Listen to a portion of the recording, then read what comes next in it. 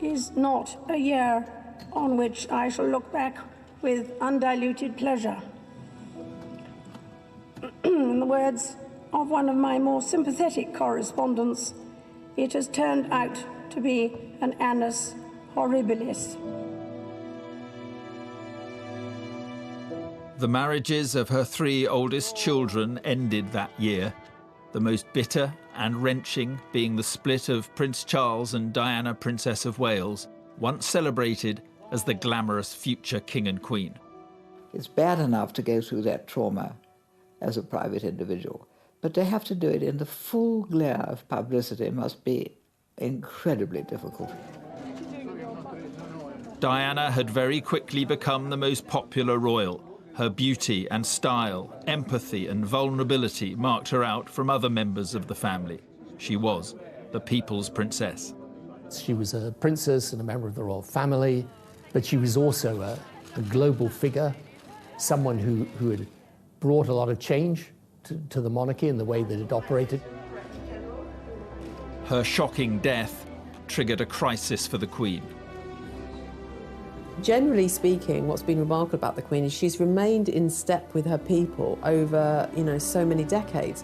But there has been moments where it seemed that she has been out of step, and I think the most significant one was after the death of Diana, and it was really an incredible 10 days where it seemed really like there was almost like the United Kingdom on the cusp of some kind of civil war.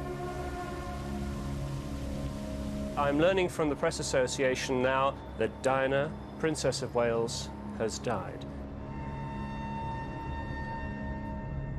Princess Diana's death was a global event of huge global significance. I mean, it's hard to understand that from the perspective of today. And therefore, the Queen, all the way through the succeeding days after the death, was both trying to perform her role as monarch, but also grieving and anxious about the children and how to protect them.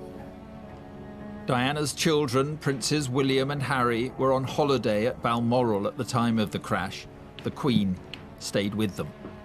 The boys were the centre of her thinking. The thought that she should come down and sit in Buckingham Palace with 2 little bereaved boys with absolutely nothing to do except grieve would be the last thing you'd want to suggest.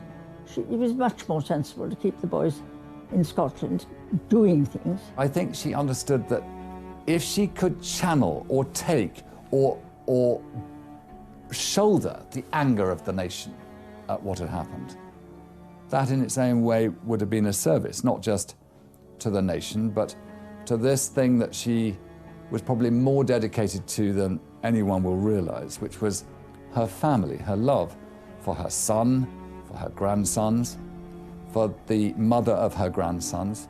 The British public behaved in the most extraordinary way over Diana, and they were hysterical.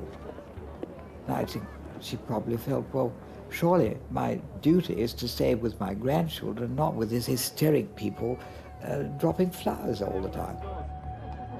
The Queen will always be criticised for having put her family in a very special place in her concerns.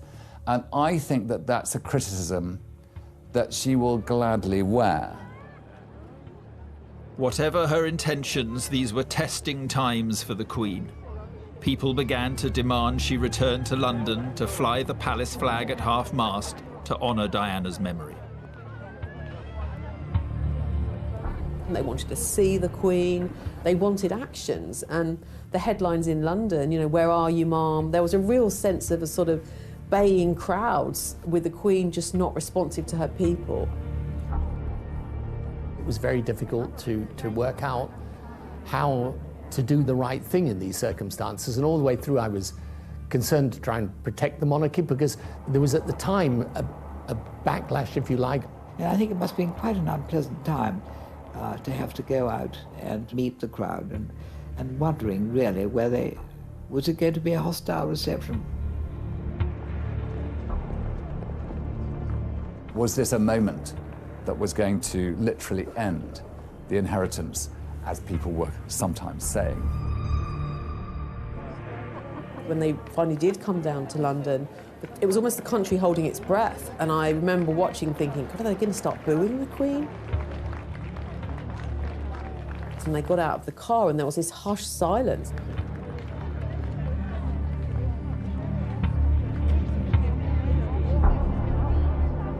There was just this slow ripple of applause, and it was like the country kind of exhaled. It was my job to meet her outside the gates and escorted her and Prince Philip outside while she met the crowd and looked at all the flowers.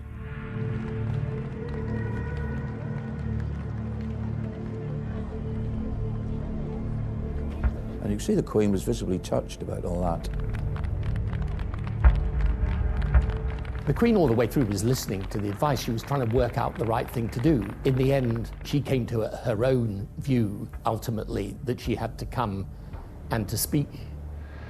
This week at Balmoral, we have all been trying to help William and Harry come to terms with the devastating loss that they and the rest of us have suffered. No one who knew Diana will ever forget her. Millions of others who never met her but felt they knew her will remember her.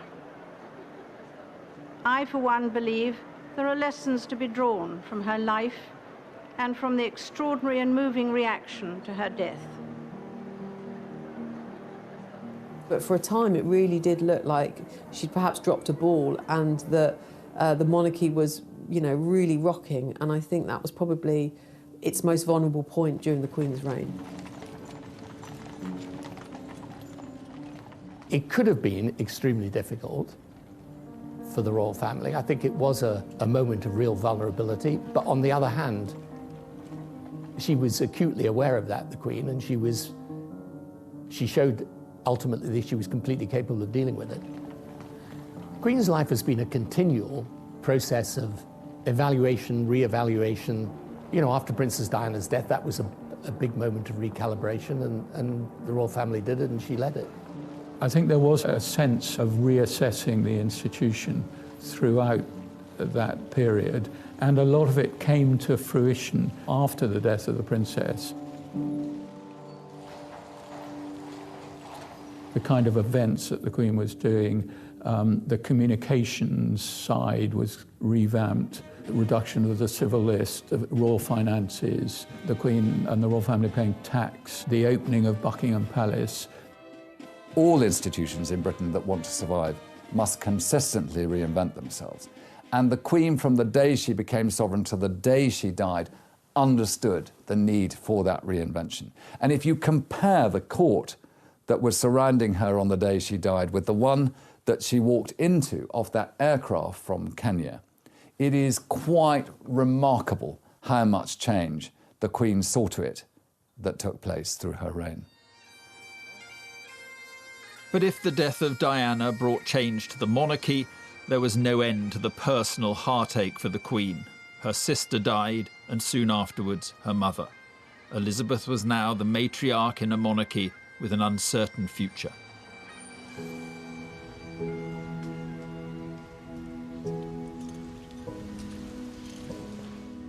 Change has become a constant.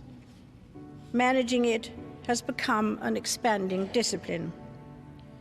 The way we embrace it defines our future. For if a jubilee becomes a moment to define an age, then for me we must speak of change, its breadth and accelerating pace over these years. I would like above all to declare my resolve to continue, with the support of my family, to serve the people of this great nation of ours to the best of my ability through the changing times ahead.